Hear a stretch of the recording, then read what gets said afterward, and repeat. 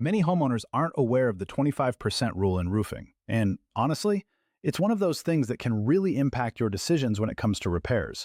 Here's the deal. If more than a quarter of your roof shows damage, it's probably smarter to replace it entirely rather than patching it up in a lot of cases, but not all.